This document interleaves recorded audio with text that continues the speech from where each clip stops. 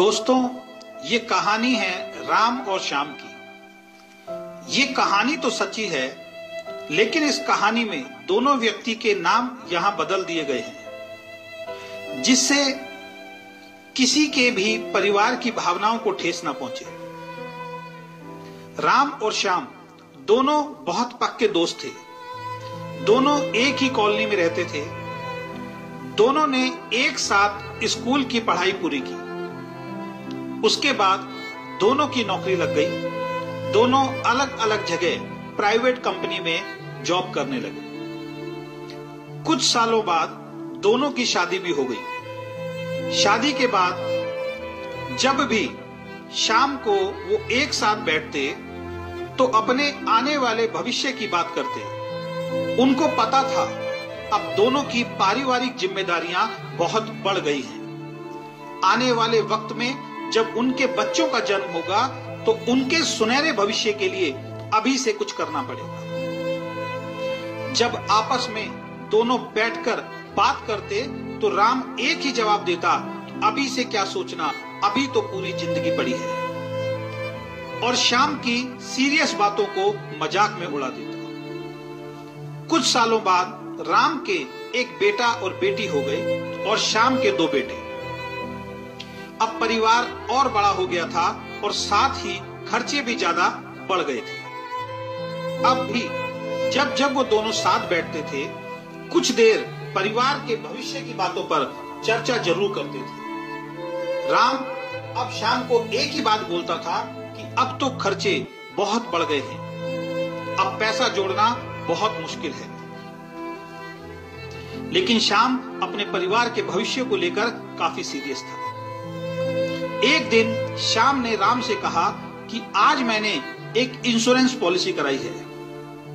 इसके बहाने कुछ पैसा जुड़ता भी जाएगा और अगर कोई दुर्घटना हो गई तो रिस्क कवर भी परिवार को मिलेगा। ये पॉलिसी करवाकर श्याम बहुत खुश था। उसने राम को भी ये पॉलिसी करवाने के लिए बोला। राम ने वही जवाब दिया कि अब खर्चे बहुत ज्यादा हो गए हैं, पैसा बचता ही नहीं है। श्याम ने कहा, कुछ फालतू के खर्चे कम कर दिए जाएं तो सब कुछ हो सकता है। मैं भी तो ऐसे ही पैसे बचाऊंगा। लेकिन राम ने उसकी बातों को फिर मजाक में उड़ा दिया। धीरे धीरे समय बीतता गया।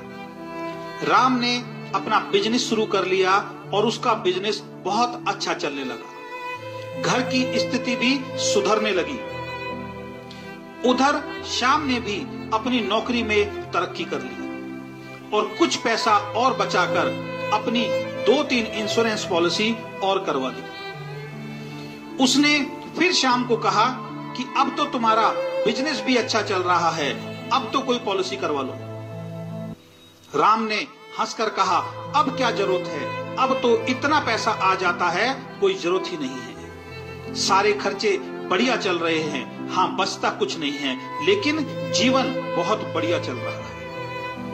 अपनी इनकम के हिसाब से राम ने अपने खर्चे बहुत बढ़ा लिए थे।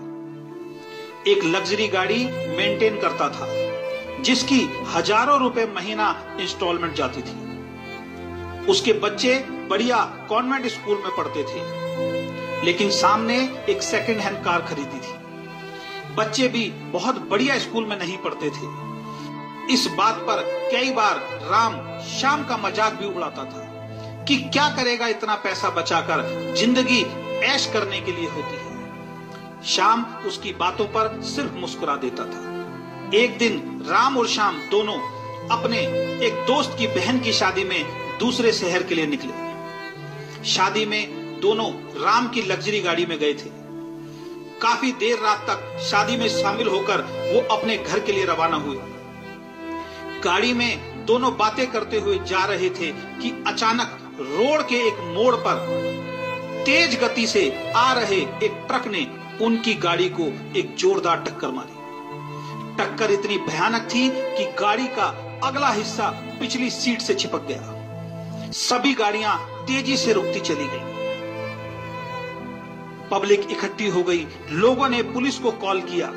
पुलिस ने आकर देखा राम और श्याम दोनों अब इस दुनिया में नहीं थे। एक्सीडेंट बहुत खतरनाक था। सुबह राम और श्याम के घर वालों को खबर दी गई।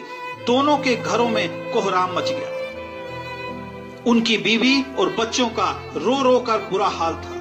उनको विश्वास ही नहीं था कि ये सच है या झूठ है। अगले दिन पोस्टमार्टम के बाद उनकी बॉडी परिवार को दे दी गई। उनका अंतिम संस्कार कर दिया गया। सभी लोग कह रहे थे, अब इन बच्चों का क्या होगा। 13 दिन तक लोगों का आना जाना चलता रहा।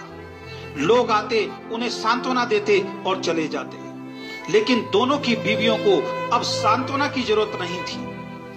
वो तो यही सोच रही थी कि अब आगे का जीवन कैसा चलेगा, बच्चों के स्कूल की फीस कैसे जाएगी, घर का खर्चा कैसे चलेगा। दोस्तों, कुछ दिनों बाद श्याम के घर पर एक अनजान व्यक्ति आकर खड़ा होता है। श्याम की पत्नी उसको नहीं जानती थी। उस व्यक्ति ने अपना परिचय दिया कि मैं एक इंश्योरेंस एजेंट हूं। आपके पति ने मुझसे अपनी कुछ पॉलिसी अपने परिवार के सुनहरे भविष्य के लिए करवाई थी। हमें उनके जाने का बहुत दुख है। आपको इन कागजों पर हस्ताक्षर करने होंगे क्योंकि आप उनकी नॉमिनी यानी वारिस हो। श्याम की बीमा पॉलिसी के अनुसार लगभग 27 लाख रुपए का क्लेम आपको मिलेगा। श्याम की पत्नी की आंखों में आंसू आ गए। ये बता पाना मुश्किल था, ये आंसू खुशी के थे या गम के। उन्होंने उस अनजान शख्स को हाथ जोड़कर धन्यवाद दिया। कुछ समय बाद 27 लाख का चेक श्याम की वाइफ को इंश्योरेंस कंपनी की तरफ से मिला, जिसमें से 7 लाख से उन्होंने अपने घर में एक अच्छा सा बुटीक खोला और 20 लाख रुपए बैंक में बच्चों के उज्जवल भविष्य के लिए रख दिए। लेकिन दूसरी तरफ राम की पत्नी के हालात कुछ महीने में खराब होने लगे। लग्जरी गाड़ी फाइनेंसर उठाकर ले गए क्योंकि उसकी महंगी इंस्टॉलमेंट वो नहीं भर सकती थी, और बच्चों को भी कॉन्वेंट स्कूल से निकाल दिया गया क्योंकि उनकी फीस के लिए उतने पैसे नहीं होते थे। उनको दूसरे स्कूल में एडमिशन लेना पड़ा। आज राम की वाइफ एक साधारण सी नौकरी करके अपने परिवार का पालन पोषण कर रही है और श्याम की वाइफ को अपने बच्चों के भविष्य की चिंता नहीं है क्योंकि श्याम के एक सही फैसले ने उनका जीवन खुशियों से भर दिया। आज श्याम तो नहीं है, लेकिन अपने एक सही फैसले के कारण वो हमेशा हमेशा अपने परिवार में जिंदा रहेगा। दोस्तों, ये कहानी क्या मैसेज देती है? आज भी राम के शब्द हमें सोचने पर मजबूर कर देते हैं कि ये जिंदगी ऐश करने के लिए है। दोस्तों, ये हादसा आपके और मेरे साथ भी हो सकता है। इसलिए आप जितना भी कमाते हैं, अपने कुछ खर्चे कम करके कुछ पैसा जोड़कर हम सभी को जीवन बीमा करवाना चाहिए। ये जरूरी नहीं कि हमारे साथ वैसा ही हादसा हो, लेकिन अगर आप जीवन बीमा करवाते हैं तो वो पैसा आपके बच्चे की एजुकेशन के काम आ सकता है, आपके बच्चों की शादी के काम आ सकता है, या आपके बुढ़ापे के वक्त आपके बहुत काम आ सकता है। तो किसी भी अच्छी इंश्योरेंस कंपनी के एजेंट को बुलाकर हर व्यक्ति को अपना जीवन बीमा जरूर करवाना चाहिए। इसमें आप जो भी पैसा आज टुकड़ों में जमा करवाओगे, वही पैसा एक दिन इकट्ठा होकर आने वाले वक्त में आपके और आपके परिवार के उज्जवल भविष्य के काम आएगा। धन्यवाद।